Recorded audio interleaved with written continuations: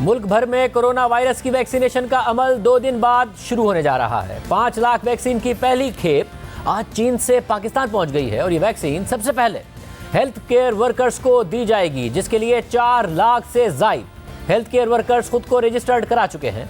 वजारत सेहत के मुताबिक कल तक तमाम सूबों में वैक्सीन की तकसीम मुकम्मल होगी और 3 फरवरी से मुल्क भर में एक साथ वैक्सीनेशन प्रोग्राम का आगाज हो जाएगा।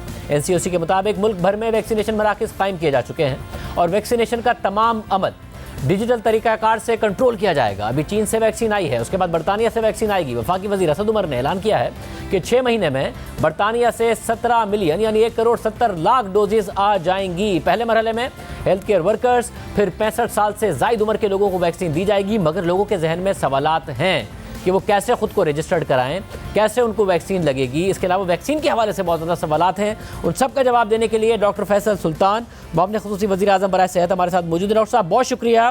डॉक्टर साहब, ज़ाहिर चाइना से 5 लाख डोजेज़ आ गई हैं, मज़ीद 1 करोड़ 70 लाख डोजेज़ बरतानिया से आएंगी। लोगों के जहन में सवालात हैं, अगर वो मेडिकल के शोबे से वाबस्ता हैं तो जो सरकारी अस्पताल के लोग हैं उनका क्या होगा, और जो प्राइवेट सेक्टर के अस्पताल के लोग हैं वो खुद को कैसे रजिस्टर्ड कराएं, उन्हें कब मिलेगी।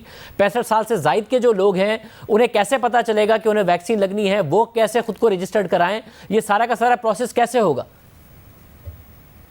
बहुत अहम सवाल है जी, क्योंकि जब इतनी बड़ी आप वैक्सीन डिप्लॉयमेंट कर रहे हो तो उसमें नज़्म-ओ-ज़ब्त और ऑर्गेनाइजेशन और मैनेजमेंट का बहुत अहम रोल है। तो जो पहले बताता चलूं कि जो तो फ्रंटलाइन हेल्थ केयर वर्कर्स हैं उनके बारे में जो तरीक़ाकार है वो थोड़ा सा मुख्तलिफ है।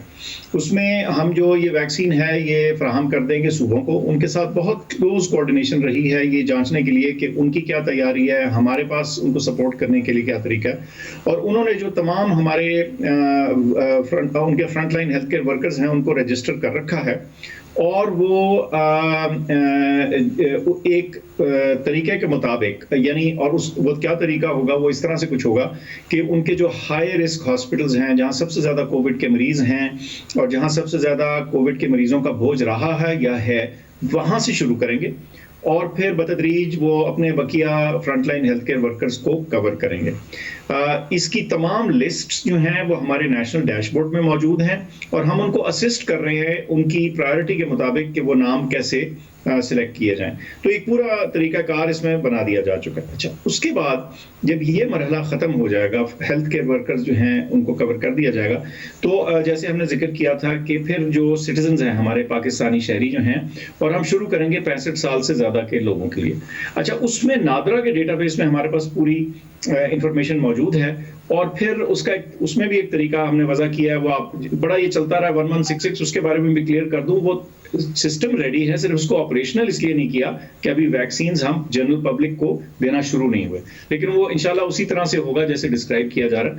तो उसमें फिर आपको पता चल जाएगा कि आपको जवाब आ जाएगा उस SMS पे कि आपका किस वैक्सीन सेंटर में और किस दिन आपकी अपॉइंटमेंट है, ताकि आप आराम से जाके बगैर रश और भीड़ और बगैर किसी तकलीफ के अपनी वैक्सीन लगा सकें। तो इस पर काफ़ी मेहनत हुई है, काफ़ी ट्रेनिंग हुई है, इसकी काफ़ी प्रैक्टिस हुई है। मैं समझता हूं कि आपको खुशी होगी जब इंशाल्लाह ये सिस्टम रोल आउट होगा। और सब लोगों के जहन में ज़रा कुछ अहम सवालात हैं। एक तो ये कि जो चीन से वैक्सीन आ रही है उसकी कामयाबी का रेट क्या है। दूसरा सवाल लोगों के जहन में है कि जी साइड इफ़ेक्ट्स तो कुछ नहीं है जब वैक्सीन हमें लगाई जाएगी। जब रियासत इंतज़ाम कर रही है तो रियासत की तरफ से आपका आवाम को पैगाम क्या है कि उन्हें आगे बढ़कर ये वैक्सीन लगवानी चाहिए, इसकी अफादियत है? क्योंकि ज़ाहिर है पाकिस्तान में बहुत ज़्यादा कॉन्स्पिरेसी थ्योरीज चलना शुरू हो जाती हैं, मनफी खबरें चलना शुरू हो जाती हैं बगैर किसी तस्दीक के। बिल्कुल जी। एक तो ये है कि जो साइनोफार्म है इसकी तकरीबन 80-85% के करीब रिपोर्टेड एफिकेसी है।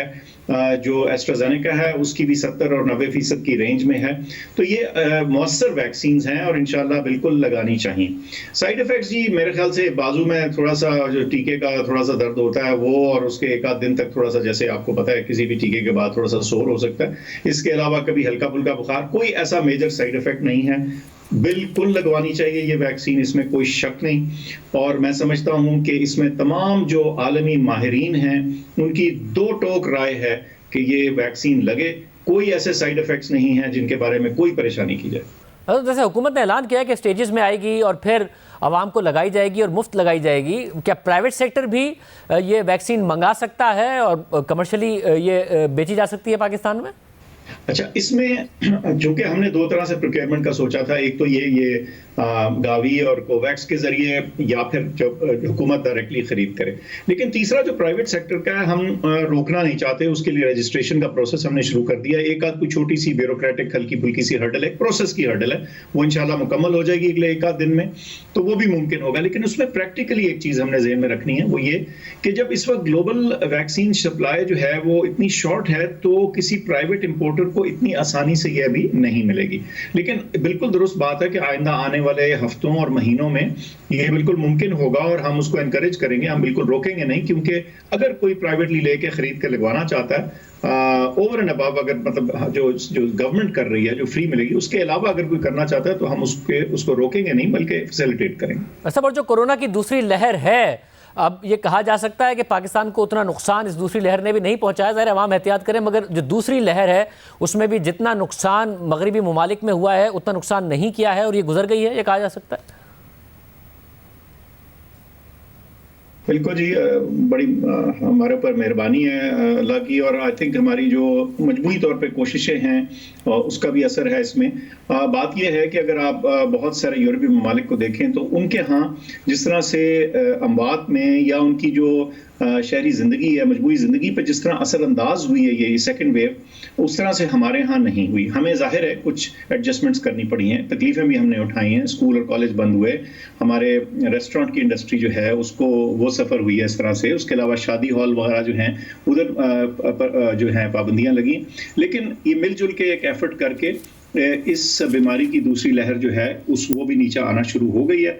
लेकिन ये वैक्सीन के साथ साथ, मैं फिर आपके ज़रिए, आपका बहुत देखा जाता है शो, मैं ये चाहता हूँ कि हम एक मैसेज दें कि देखिए, ये जब तक हम एहतियाती तदाबीर अपनाए रखेंगे, ये हमारे जो एक्शंस हैं इनके इम्पैक्ट दिखना शुरू हो जाएगा। ये नहीं हो सकता कि हम इस वक्त बिल्कुल एहतियात छोड़ दें।